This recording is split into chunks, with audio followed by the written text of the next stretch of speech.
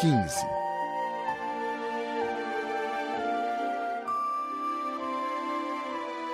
O sexto planeta era 10 vezes maior. Era habitado por um velho que escrevia em livros enormes. Ora, vejam, eis um explorador. Exclamou ele logo que avistou o Pequeno Príncipe. O príncipezinho sentou-se à mesa meio ofegante. Já viajara tanto. De onde vens? Que livro é esse? Que faz o senhor aqui? Sou geógrafo. Que é um geógrafo? É um especialista que sabe onde se encontram os mares, os rios, as cidades, as montanhas, os desertos. Isto é bem interessante. Eis, afinal, uma verdadeira profissão. E lançou um olhar ao seu redor no planeta do geógrafo. Nunca havia visto planeta tão grandioso. O seu planeta é muito bonito. Há oceanos nele? Não sei te dizer. Ah, O príncipezinho estava decepcionado. e montanhas? Não sei te dizer. E cidades? E rios? E desertos? Também não sei te dizer. Disse o geógrafo pela terceira vez. Mas o senhor é geógrafo. É verdade, mas não sou explorador. Faltam-me exploradores. Não é o geógrafo quem vai contar as cidades, os rios, as montanhas, os mares, os oceanos, os desertos. O geógrafo é muito importante para ficar passeando. Nunca abandona sua escrivaninha, mas recebe os exploradores, interroga-os e anota seus relatos de viagem. E quando algum lhe parece mais interessante, o geógrafo faz um inquérito sobre a moral do explorador. Por quê? Porque um explorador que mentisse produziria catástrofes nos livros de geografia, assim como um explorador que bebesse demais. Por quê? Porque os bêbados veem em dobro. Então o geógrafo anotaria 2 montanhas, onde, na verdade, só há uma. Conheço alguém que seria um mau explorador. É possível. Pois bem, quando a moral do explorador parece boa, faz-se uma investigação sobre a sua descoberta. Vai se vê-la? Não, seria muito complicado, mas exige-se do explorador que ele forneça provas. Tratando-se, por exemplo, da descoberta de uma grande montanha, é essencial que ele traga grandes pedras. O geógrafo, de repente, se entusiasmou. Mas tu vens de longe, certamente és explorador, portanto vais descrever-me o teu planeta. E o geógrafo, tendo aberto seu caderno, apontou o lápis. Anotam-se primeiro a lápis as narrações dos exploradores. Espera-se, para anotar a caneta, que o explorador tenha trazido as provas. Então? Onde eu moro não é interessante. É muito pequeno. Eu tenho 3 vulcões. 2 vulcões em atividade e um vulcão extinto. A gente nunca sabe. A gente nunca sabe. Repetiu o geógrafo. Tenho também uma flor. Nós não anotamos as flores, Por que não? É o mais bonito. porque as flores são efêmeras. Que quer dizer efêmera? Os livros de geografia são os mais exatos. Nunca ficam ultrapassados. É muito raro que uma montanha mude de lugar. É muito raro um oceano secar. Nós escrevemos coisas eternas. Mas os vulcões extintos podem voltar à atividade. Interrompeu o Pequeno Príncipe. Que quer dizer efêmera? Que os vulcões estejam extintos ou não, isso dá no mesmo para nós. O que nos interessa é a montanha. Ela não muda. Mas que quer dizer efêmera? Repetiu o príncipezinho, que jamais renunciara a uma pergunta que tivesse feito. Quer dizer ameaçada de desaparecer brevemente. Minha flor está ameaçada de desaparecer brevemente? Sem dúvida.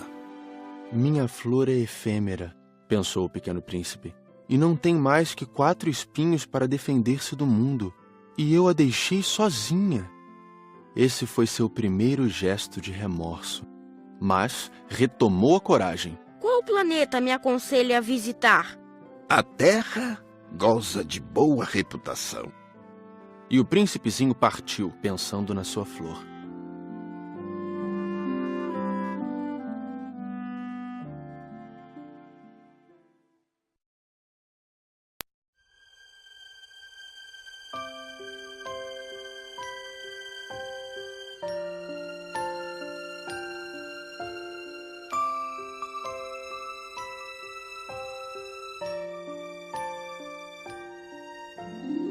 16. O sétimo planeta foi, portanto, a Terra. A Terra não é um planeta qualquer. Contam-se lá 111 reis, não esquecendo, é claro, os reis negros, 7.000 geógrafos, 900.000 negociantes, 7,5 milhões de beberrões e 311 milhões de vaidosos. Isto é, cerca de 2 bilhões de pessoas grandes. Para dar-lhes uma ideia das dimensões da Terra, eu lhes direi que antes da invenção da eletricidade, era necessário manter, para o conjunto dos seus 6 continentes, um verdadeiro exército de 462.511 acendedores de lampiões. Visto um pouco de longe, isto dava um magnífico efeito. Os movimentos desse exército eram ritmados como os de um balé de ópera. Primeiro era a vez dos acendedores de lampiões da Nova Zelândia e da Austrália. Esses, depois de acenderem seus lampiões, iam dormir. Entravam então na dança os acendedores de lampiões da China e da Sibéria. E estes, tendo concluído suas tarefas, também desapareciam nos bastidores. Chegava a vez dos acendedores de lampiões da Rússia e das Índias, depois os da África e da Europa. A seguir, os da América do Sul, depois os da América do Norte. E eles jamais se enganavam na ordem de entrada em cena. Era um espetáculo grandioso. Apenas 2, o acendedor do único lampião do Polo Norte e o seu colega, do único lampião do Polo Sul, levavam uma vida preguiçosa e negligente. Trabalhavam somente 2 vezes por ano.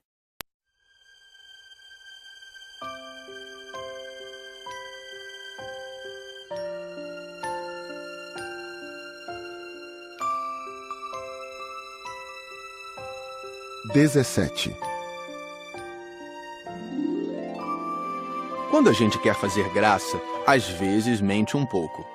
Não fui lá muito honesto ao lhes falar dos acendedores de lampiões. Corro o risco de dar uma falsa ideia do nosso planeta àqueles que não conhecem. Os homens ocupam, na verdade, muito pouco espaço na superfície da Terra.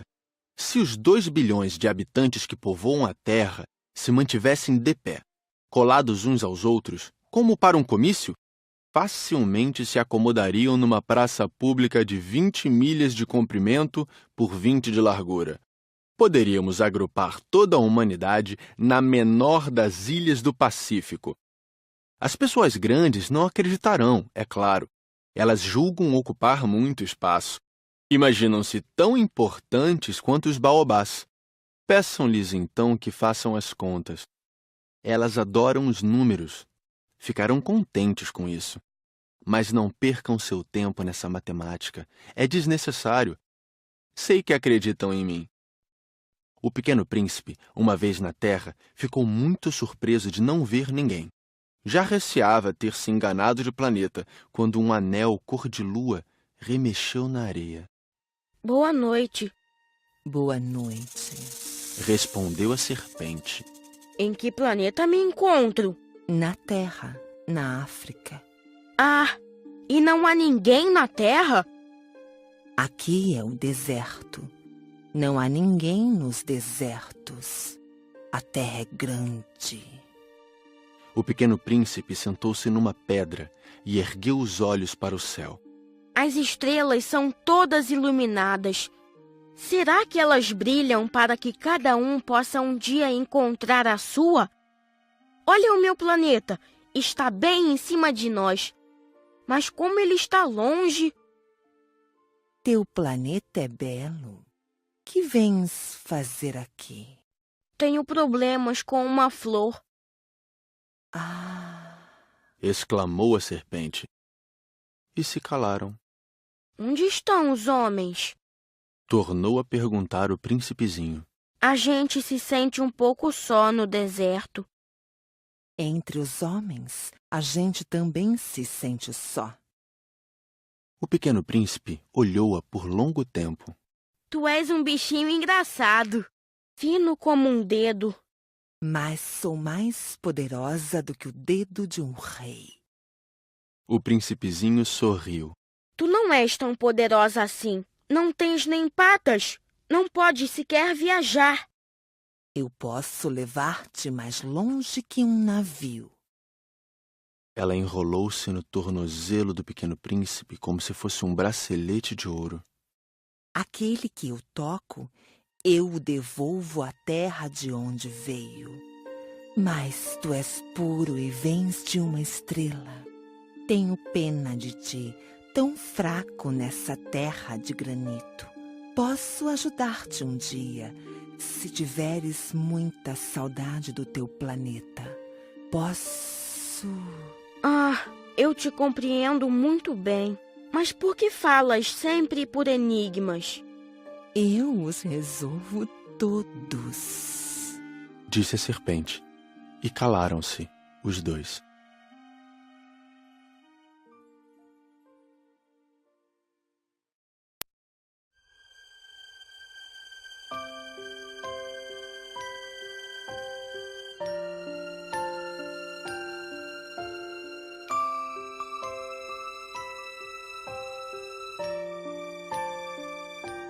XVIII.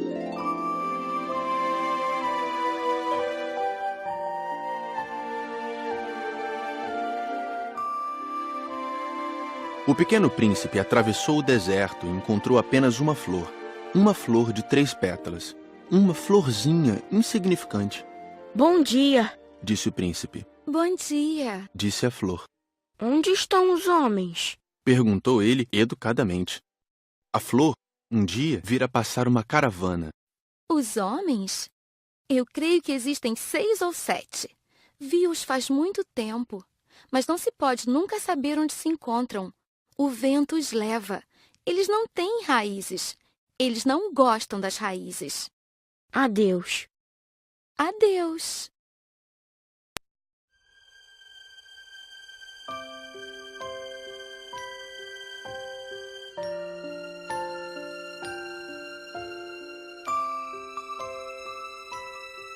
XIX. O pequeno príncipe escalou uma grande montanha. As únicas montanhas que conhecera eram os 3 vulcões que lhe batiam no joelho. O vulcão extinto servia-lhe de tamborete. De uma montanha tão alta como esta, pensava ele, verei todo o planeta e todos os homens. Mas só viu pedras pontudas como agulhas. Bom dia. Disse ele ao léu. Bom dia. Bom dia. Bom dia. Respondeu o eco. Quem és tu? Perguntou o príncipezinho. Quem és tu? Quem és tu? Quem és tu? Respondeu o eco. Sejam meus amigos, eu estou só. Disse ele. Estou só. Estou só. Estou só. Respondeu o eco. Que planeta engraçado, pensou então. É completamente seco, pontudo e salgado. E os homens não têm imaginação. Repetem o que a gente diz. No meu planeta eu tinha uma flor. E era sempre ela que falava primeiro.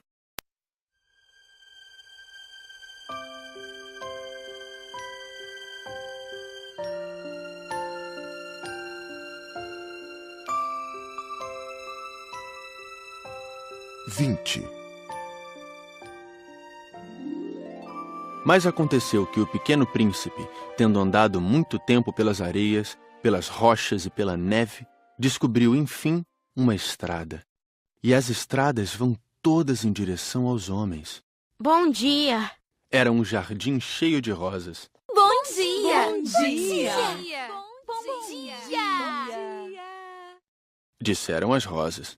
Ele as contemplou. Eram todas iguais à sua flor. Quem sois? Perguntou ele, espantado. Somos as rosas. Ah, E ele se sentiu profundamente infeliz. Sua flor lhe havia dito que ela era a única de sua espécie em todo o universo. E eis que havia 5.000 iguaizinhas num só jardim. Ela teria se envergonhado, pensou ele. Se visse isto, começaria a tossir, simularia morrer para escapar ao ridículo, e eu seria obrigado a fingir que cuidava dela, porque senão, só para me humilhar, ela seria bem capaz de morrer de verdade. Depois refletiu ainda. Eu me julgava rico por ter uma flor única e possuo apenas uma rosa comum. Uma rosa e 3 vulcões, que não passam do meu joelho, estando um, talvez, extinto para sempre. Isso não faz de mim um príncipe muito poderoso. E deitado na relva, ele chorou.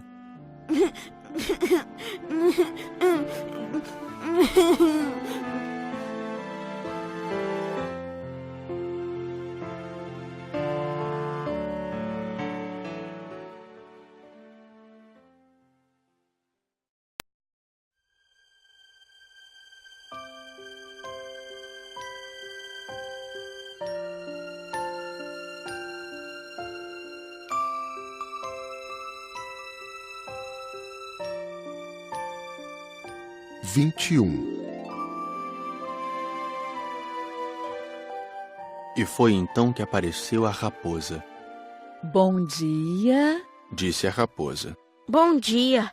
Respondeu educadamente o pequeno príncipe que, olhando à sua volta, nada viu. Eu estou aqui, Disse a voz. debaixo da macieira. Quem és tu? Tu és bem bonita. Sou uma raposa. Vem brincar comigo. Estou tão triste. Eu não posso brincar contigo. Não me cativaram ainda. Ah, desculpa. Disse o príncipezinho. Mas após refletir, acrescentou. Que quer dizer cativar? Tu não és daqui. Que procuras? Procuro os homens. Que quer dizer cativar? Os homens têm fuzis e caçam. É assustador. Criam galinhas também. É a única coisa que fazem de interessante. Tu procuras galinhas? Não. Eu procuro amigos. Que quer dizer cativar?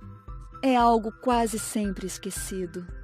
Significa criar laços. Criar laços? Exatamente. Tu não és ainda para mim, senão um garoto inteiramente igual a 100.000 outros garotos. E eu não tenho necessidade de ti. E tu também não tens necessidade de mim. Não passo a teus olhos de uma raposa igual a 100.000 outras raposas. Mas se tu me cativas, nós teremos necessidade um do outro. Serás para mim único no mundo, e eu serei para ti única no mundo. Começo a compreender. Existe uma flor. Eu creio que ela me cativou. É possível? Vê-se tanta coisa na terra. Ah, não foi na Terra. A raposa pareceu intrigada. Num outro planeta? Sim, Há caçadores nesse planeta? não. Que bom! E galinhas? Também não. Nada é perfeito. Suspirou a raposa. Mas a raposa retomou seu raciocínio. Minha vida é monótona. Eu caço as galinhas e os homens me caçam. Todas as galinhas se parecem e todos os homens se parecem também. Isso me incomoda um pouco. Mas se tu me cativas, minha vida será como que cheia de sol. Conhecerei um barulho de passos que será diferente dos outros. Os outros passos me fazem entrar debaixo da terra. Os teus me chamarão para fora da toca, como se fosse música. E depois, olha, vês lá longe os campos de trigo? Eu não como pão. O trigo para mim não vale nada. Os campos de trigo não me lembram coisa alguma. E isso é triste. Mas tu tens cabelos dourados. Então será maravilhoso quando me tiveres cativado. O trigo, que é dourado, fará com que eu me lembre de ti. E eu amarei o barulho do vento no trigo. A raposa calou-se e observou por muito tempo o príncipe. Por favor, cativa-me. Eu até gostaria, mas não tenho muito tempo. Tenho amigos a descobrir e muitas coisas a conhecer. A gente só conhece bem as coisas que cativou. Os homens não têm mais tempo de conhecer coisa alguma. compram tudo já pronto nas lojas. Mas como não existem lojas de amigos, os homens não têm mais amigos. Se tu queres um amigo, cativa-me. Que é preciso fazer? É preciso ser paciente. Tu te sentarás primeiro um pouco longe de mim, assim, na relva. Eu te olharei com um canto do olho e tu não dirás nada. A linguagem é uma fonte de mal-entendidos. Mas cada dia te sentarás um pouco mais perto. No dia seguinte, o príncipezinho voltou. Teria sido melhor se voltasses à mesma hora. Se tu vens, por exemplo, às 4 da tarde, desde as 3 eu começarei a ser feliz. Quanto mais a hora for chegando, mais eu me sentirei feliz. Às 4 horas, então, estarei inquieta e agitada. Descobrirei o preço da felicidade. Mas se tu vens a qualquer momento, nunca saberei a hora de preparar meu coração. É preciso que haja um ritual. Que é um ritual? É uma coisa muito esquecida também. É o que faz com que um dia seja diferente dos outros dias, uma hora das outras horas. Os meus caçadores, por exemplo, adotam um ritual. Dançam na quinta-feira com as moças da aldeia. A quinta-feira é então o dia maravilhoso. Vou passear até a vinha. Se os caçadores dançassem em qualquer dia, os dias seriam todos iguais e eu nunca teria férias. Assim, o pequeno príncipe cativou a raposa. Mas, quando chegou a hora da partida, a raposa disse: Ah, eu vou chorar. A culpa é tua. Disse o príncipezinho. Eu não queria te fazer mal, mas tu quiseste que eu te cativasse. Quis. Mas tu vais chorar. Vou. Então, não terás ganho nada. Terei sim, por causa da cor do trigo. Depois ela acrescentou: Vai rever as rosas. Assim compreenderás que a tua é única no mundo. Tu voltarás para me dizer adeus, e eu te presentearei com um segredo. O pequeno príncipe foi rever as rosas.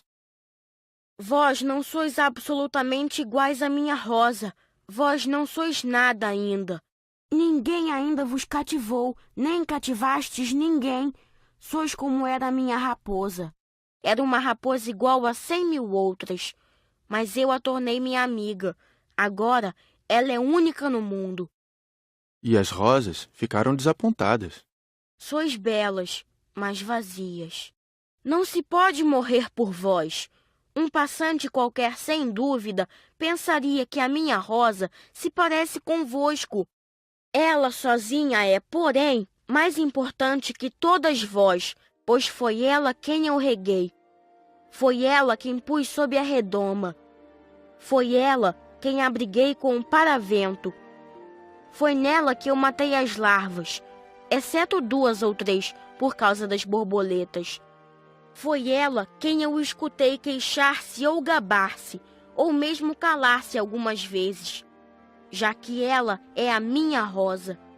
E voltou então a raposa. Adeus. Adeus. Eis o meu segredo. É muito simples. Só se vê bem com o coração. O essencial é invisível aos olhos. O essencial é invisível aos olhos. Repetiu o príncipezinho para não se esquecer. Foi o tempo que perdeste com tua rosa que a fez tão importante. Foi o tempo que eu perdi com a minha rosa. Repetiu ele para não se esquecer. Os homens esqueceram essa verdade. Disse ainda a raposa. Mas tu não a deves esquecer. Tu te tornas eternamente responsável por aquilo que cativas. Tu és responsável pela tua rosa. Eu sou responsável pela minha rosa. Repetiu o príncipezinho, para não se esquecer.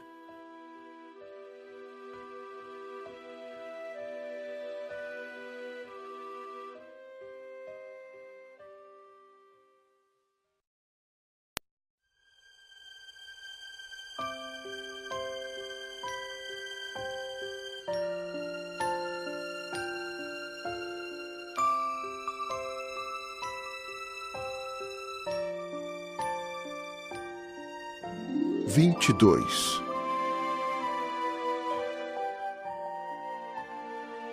Bom dia. Disse o Pequeno Príncipe. Bom dia. Respondeu o manobreiro. Que fazes aqui? Eu separo os passageiros em blocos de 1000. Despacho os trens que os carregam, ora para a direita, ora para a esquerda. E um trem iluminado, roncando como um trovão, fez tremer a cabine do manobreiro.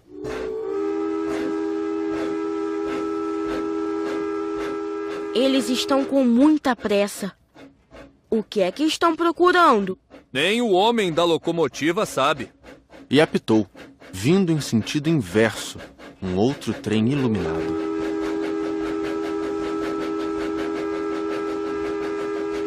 Já estão de volta?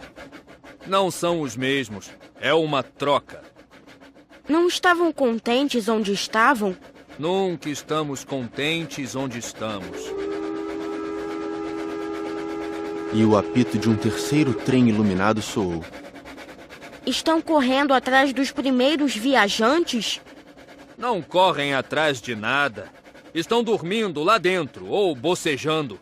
Apenas as crianças apertam seus narizes contra as vidraças. Só as crianças sabem o que procuram. Perdem tempo com uma boneca de pano. E a boneca se torna muito importante. E choram quando ela lhes é tomada. Elas são felizes. Disse o manobreiro.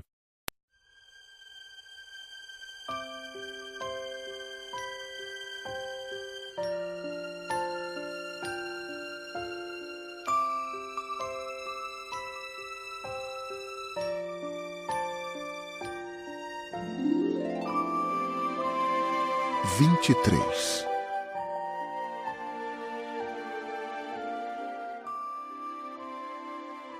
Bom dia. Disse o Pequeno Príncipe. Bom dia. Disse o vendedor. Era um vendedor de pílulas especiais que saciavam a sede.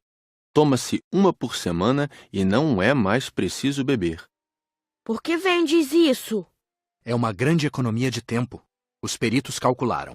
A gente ganha 53 minutos por semana. E o que se faz com esses 53 minutos? O que a gente quiser. Pensou o Pequeno Príncipe, se tivesse 53 minutos para gastar, iria caminhando calmamente em direção a uma fonte.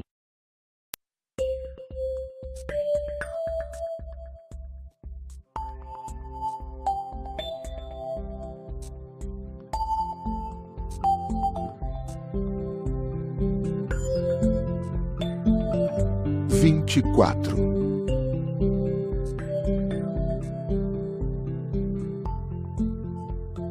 Estávamos no 8º dia de minha pane no deserto. Justamente quando bebia a última gota da minha reserva de água, foi que ouvi a história do vendedor. Disse eu ao Pequeno Príncipe, são bem bonitas as tuas lembranças, mas eu não consertei ainda meu avião. Não tenho mais nada para beber, e eu também seria feliz se pudesse ir caminhando calmamente em direção a uma fonte. Minha amiga raposa me disse... Meu caro, não se trata mais da raposa. Por quê? Porque vamos morrer de sede. Ele não compreendeu o meu raciocínio e respondeu. É bom ter tido um amigo, mesmo se a gente vai morrer. Eu estou muito contente de ter tido uma raposa como amiga. Ele não pode avaliar o perigo, pensei. Não tem nunca fome ou sede. Um raio de sol lhe basta. Mas ele me olhou e respondeu ao meu pensamento. Tenho sede também. Procuremos um poço. Eu fiz um gesto de desânimo. É absurdo procurar um poço ao acaso na imensidão do deserto. No entanto, pusemo-nos a caminho. Já tínhamos andado horas em silêncio quando a noite caiu e as estrelas começaram a brilhar. Eu as apreciava como num sonho, porque a sede me tornara febril. As palavras do Pequeno Príncipe ressoavam na minha memória. Tu tens sede também? Perguntei-lhe. Mas ele não respondeu à minha pergunta. Disse apenas: A água pode também ser boa para o coração. Não entendi sua resposta e me calei. Eu bem sabia que não adiantava interrogá-lo. Ele estava cansado. Sentou-se. Sentei-me junto dele. E após uma pausa, ele ainda disse: As estrelas são belas por causa de uma flor que não se pode ver. Eu respondi: é verdade. E mantendo-me em silêncio, fixei os olhos nas ondulações da areia iluminada pela lua. O deserto é belo, Acrescentou. E era verdade. Eu sempre amei o deserto. A gente se senta numa duna de areia, não vê nada, não escuta nada. De repente, alguma coisa irradia no silêncio. O que torna belo o deserto é que ele esconde um poço em algum lugar. Fiquei surpreso por compreender de repente essa misteriosa irradiação da areia. Quando eu era pequeno, morava numa casa antiga e diziam as lendas que ali fora enterrado um tesouro. Ninguém jamais conseguiu descobri-lo, nem talvez o tenha procurado. Mas isto encantava a todos. Minha casa escondia um tesouro no fundo do seu coração. Sim, respondi-lhe. Quer seja a casa, as estrelas ou o deserto, o que os torna belo é invisível. Estou contente que estejas de acordo com a minha raposa. Como o príncipezinho adormecesse, tomei-o nos braços e prossegui a caminhada. Estava emocionado e tinha a impressão de carregar um frágil tesouro. Parecia-me mesmo não haver na terra nada mais frágil. Observava à luz da lua aquele rosto pálido, seus olhos fechados, suas mechas de cabelo que se agitavam com o vento, e pensava: o que eu vejo não passa de uma casca. O mais importante é invisível. Como seus lábios entreabertos esboçassem um sorriso, pensei ainda: o que tanto me comove nesse príncipe adormecido é sua fidelidade a uma flor. É a imagem de uma rosa que brilha nele como a chama de uma lamparina, mesmo quando ele dorme, e eu então o sentia ainda mais frágil. É preciso proteger a chama com cuidado. Um simples sopro pode apagá-la. E continuando a caminhada, eu descobri o poço. Ao raiar do dia,